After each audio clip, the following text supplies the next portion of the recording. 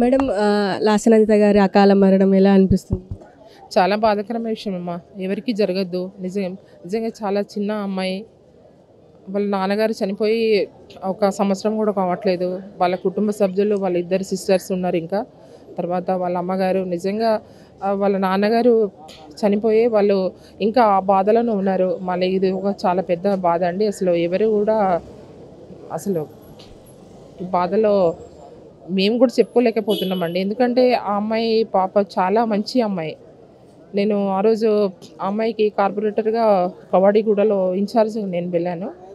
ఆ రోజు ఇన్ఛార్జ్ ఉండి ఫస్ట్ టైం ఆమెకు కార్పొరేటర్ కూడా గెలిపివ్వడం జరిగింది. మళ్ళీ సార్ వాళ్ళ నాన్నగారు చనిపోయిన తర్వాత కేసీఆర్ సార్ ఆమెకు టికెట్ ఇవ్వడము, ఆమె ఎమ్మెల్యేగా గెలవడము నిజంగా మేమైతే చాలా సంతోషపడ్డామండి. కానీ ఈరోజు ఈ విధంగా కావడంలో ఆ, చాలా అంటే చాలా బాధాకరం అండి.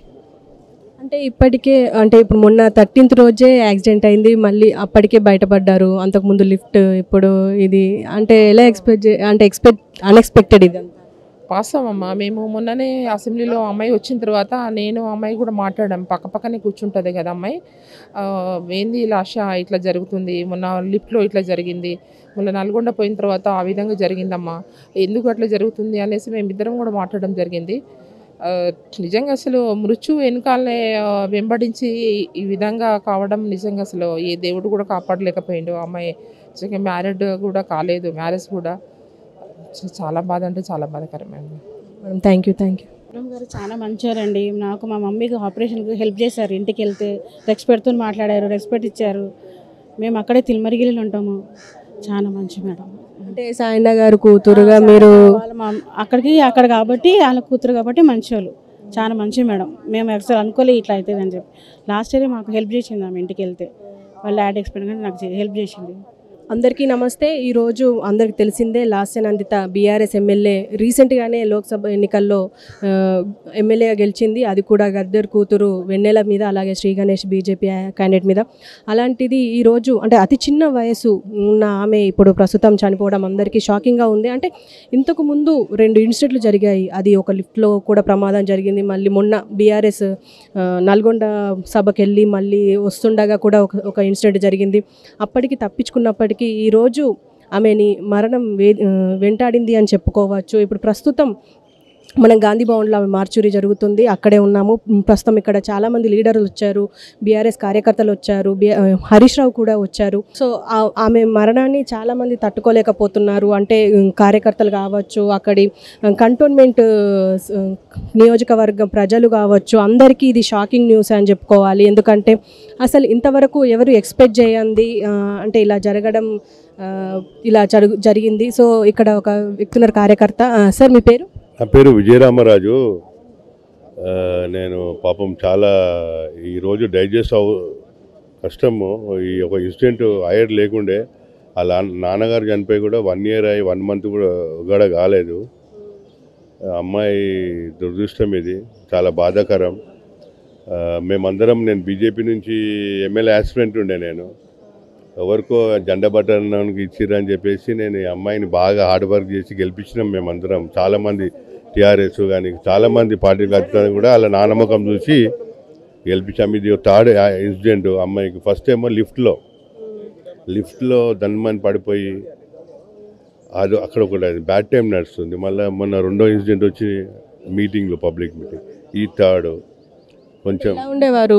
కంటోన్మెంట్ నియోజకవర్గానికి ఎమ్మెల్యేగా మొన్ననే రీసెంట్గా విన్ అయ్యారు. ఎలా ఉండేవారు ప్రజలతో? సూపర్. అట్లా ఏం లేదు, ఎప్పుడు ఫోన్ చేసినా లేపుతుండే, పోయినా కానీ పలకరిస్తుండే.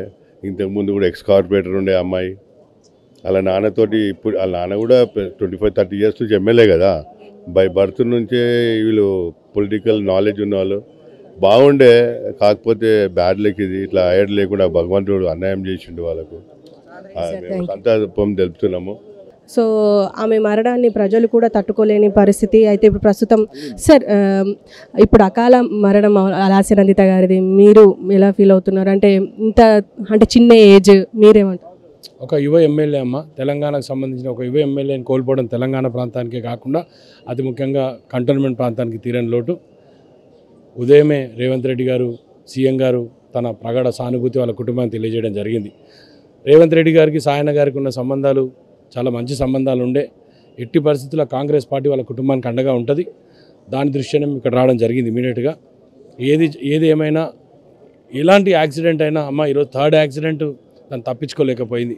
ఫస్ట్ యాక్సిడెంటు ఒక లిఫ్ట్లో జరగడం జరిగింది. తర్వాత నల్గొండ ఇన్సిడెంటు. ఈరోజు ఈ సంఘటన మాత్రం తప్పించుకోలేకపోయింది. భగవంతుడు ఎందుకు తీసుకుపోయింది ఇంత ఎంగేజ్ ఎమ్మెల్యే కాకుండా ఒక ఎంగేజ్ అమ్మాయిని ఈరోజు యాక్సిడెంట్లో కోల్పోవడం ఎమ్మెల్యేగా కంటోన్మెంట్ ప్రజలకే కాకుండా రాష్ట్ర ప్రజలకు కూడా తీరని లోటు. ఆ భగవంతుని ప్రార్థిస్తున్నా, వాళ్ళ కుటుంబానికి ధైర్యం ఇవ్వాలి, ఆ కంటోన్మెంట్ ప్రజలకు ధైర్యం ఇవ్వాలి, ఆమె ఫాలోవర్స్ అందరికి కూడా ధైర్యంగా ఉండాలి. ఎందుకంటే ఒక ఎమ్మెల్యే హార్డ్లీ 3 months కూడా కాలేదు, తను గెలిచి 3 months అయింది. ఎన్నో అభివృద్ధి కార్యక్రమాల్లో రోజు పాల్గొంటూ ఇప్పుడే ఒక అతను చెప్తున్నాడు, నిన్న సాయంత్రమే మాట్లాడిందంట, 6 o'clock పోయి ఆ ఇంట్లో మాట్లాడేసి వచ్చిందంట, రేపు పొద్దున వస్తానా గుడికి పోతున్నా, అదేదో ఏదో అంటే కాలనీలో ఏవో ఇష్యూస్ ఉన్నాయి అవన్నీ రిజాల్వ్ చేసుకుందామని చెప్పడం జరిగిందని ఇప్పుడు వాళ్ళు చెప్తుంటే చాలా బాధ అనిపించింది. అంటే మేము కూడా ఒక ప్రజాప్రతినిధిగా ఇట్లాంటి ఇన్సిడెంట్స్ జరిగినప్పుడు ఎంతో బాధ అనిపిస్తుంది. ఎందుకంటే ఎన్నో ఆశలతోటి ఎన్నో ఆశయాలతోటి ఆమె ముందుకు వెళ్ళిన సందర్భం, ఎన్నోసార్లు పోరాడింది. పోరాటంలో తను ఈరోజు తన జీవితంతో పోరాడలేకపోయింది. ఏది ఏమున్నా రానున్న రోజుల్లో ఖచ్చితంగా కాంగ్రెస్ పార్టీ వాళ్ళ కుటుంబానికి అండగా ఉంటుంది. నమస్తే, మనం ప్రస్తుతం గాంధీ హాస్పిటల్లో ఉన్నాము. ఇక్కడ మార్చురి దగ్గర లాస్య నందిత ఈరోజు మరణించడం జరిగింది. అంటే గత కొంతకాలంగా ఇప్పటికే రెండు జరిగినాయి యాక్సిడెంట్లు, అయినప్పటికీ తప్పిపోయారు. అయితే ఈసారి తప్పించుకోలేకపోయారు. దైవ నిర్ణయం అనుకోవచ్చు, ఏదని అనుకోవచ్చు. అది కూడా బీఆర్ఎస్ యంగ్ ఎమ్మెల్యే, అలాగే ఫస్ట్ టైం టికెట్ పొందిన తర్వాత గెలిచిన ఎమ్మెల్యేగా పేరు పొందింది. అలాగే సాయన్న కూతురుగా మాజీ ఎమ్మెల్యే కంటోన్మెంట్ సంబంధించి ఆయన కూతురు, సాయన్న కూతురు. ఇప్పుడు ప్రస్తుతం ఆయన చనిపోయి 1 year కాకముందే మళ్ళీ ఈమె చనిపోవడం వాళ్ళ కుటుంబానికి తీరని దుఃఖం అని చెప్పుకోవచ్చు. అయితే ఇది ఫస్ట్ ఈ ఇన్సిడెంట్ పటాన్చెరు ORR దగ్గర జరిగిందని తెలుస్తుంది. అయితే ప్రమాదం పైన పోలీసులు అయితే బాగా చాలా ఫాస్ట్గా దర్యాప్తు చేస్తున్నారు అని తెలుస్తుంది. అయితే సికింద్రాబాద్ కంటోన్మెంట్కి సంబంధించిన ఎమ్మెల్యే ఇప్పుడు ప్రస్తుతం చనిపోవడం అనేది చాలా బాధాకరం. అయితే ప్రస్తుతం ఇక్కడికి చాలామంది బీఆర్ఎస్ నాయకులు కానీ కార్యకర్తలు కానీ ఇక్కడికి వచ్చున్నారు. హరీష్ రావు, కడియం శ్రీహరి, అలాగే